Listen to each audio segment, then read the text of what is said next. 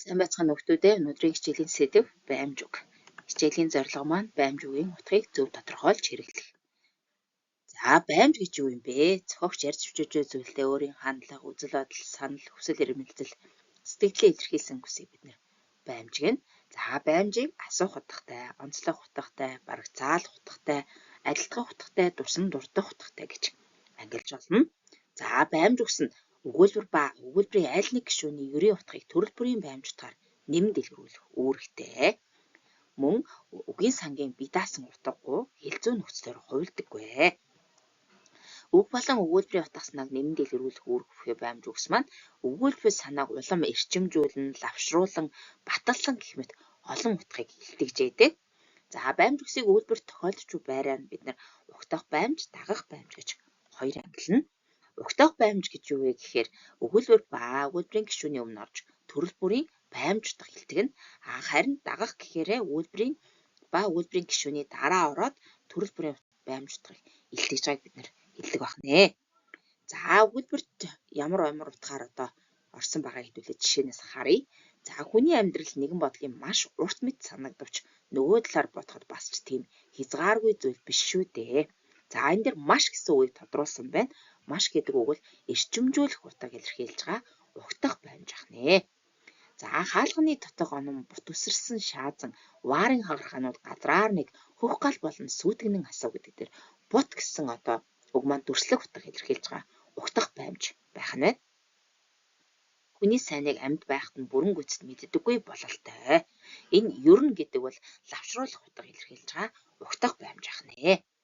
Тэгж явхад багад минь болсон нэг явдал байн санагдсан юм. Бараг 40 жилийн өмнө юм да. Бараг гэдэг бол мэдээж барагцаалсан утга илэрхийлж байгаа угтах баймж болно. Олноо зөвшөөрөл санаагаа үлхэлнэ. Ганцаар шийдвэл зөрүүд болно. Магадгүй цаг нь бол итгэмжгүй болно. За цаасан шувны үлгэрээс энд бол магадгүй гэсэн маань таамагласан утга илэрхийлж байгаа угтах баймж ахнэ. Яй гэхүдээ гэртээ хөтөлтэй биш гэсээр голд хүйт тундал сүрс алдсан нь санаанаас үлгар. Эр хүний замд юу их тохиолдох вүлээ?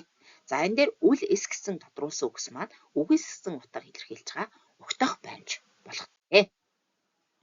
Олон нөхдөдтэй таарагч хүнд сургаал хэрэгтэй. Өөхөх хөвдгийн зовлон санан айгч хүнд сургаал хэрэгтэй. Энэ дээр хэрэгтэй гэсэн баталж нотолсон утга илэрхийлж байгаа дагах баймж байна. Холих газраас гялалцсан орогдох өнгөт одоо хязгааргүй окторгуйн тун зугаалсан олон улаан очоо. Энэ дээр бол хандаж дуудсан урайлсан утга илэрхийлж байгаа дагах баймж. Нямаагүй хошуу салхиулсанд мөргөх гэж яваа бицэд гээд итгэлд ёжтэй нэмсэглэв. За биц гэдэг бол мэдээж эргэлзэг таамагласан утга илэрхийлж байгаа дагах баймж байна. Нэг хүнд нөхөр олон биш үү, сайн моринд эзэн олон биш үү гэж Чингисийн 92 заглын дуужаас байна. За энэ дээр үү гэд биш үү гэдгийг үү маань асуух утга илэрхийлж байгаа дагах баймж болж байна. Хинд эрдэн бөгөөс түүнд олз үгүй. Хинд энэрл үгүй бол бас түүнд амраг үгүй. За үгүй гэдэг маань үгүйс утга илэрхийлж байгаа дагах баймж байна. Монгол хүнийг уужин бодог хэмээн Италиг хаяагүй тэнээлгэж уртаар дуулаг хэмээн уйдшгүй холын аянд мордуулдаг юм уу да. За юм уу да буюу батлан асуусан утга илэрхийлж байгаа дагах баймж байна. За бие даалтыг хүүхдүүдэд баймж үгсэл үгийн сангийн бие даас утгагүй хэлцүү нүсэр хувилдаггүй өгүүлбэрт гишүүний холбогдлого зэрэг шинжээрээ холбох хүстэй адил боловч за өгүүлбэрийн аль нэг гишүүн ба бүхэл өгүүлбэрээр тэмдэглэж буй бодит байдалд өгүүлэгч этгээд эрхэн хандах түүнийг үнэлэх харьцаа илрүүлж байгаараа ялгаатай. Бие даалтыг хийх заавар зөвлөмжийг сайд руу уншиж байгаа хүүхдүүдэд бие даалтаа хийгээд багш руугаа илгээгээрэй.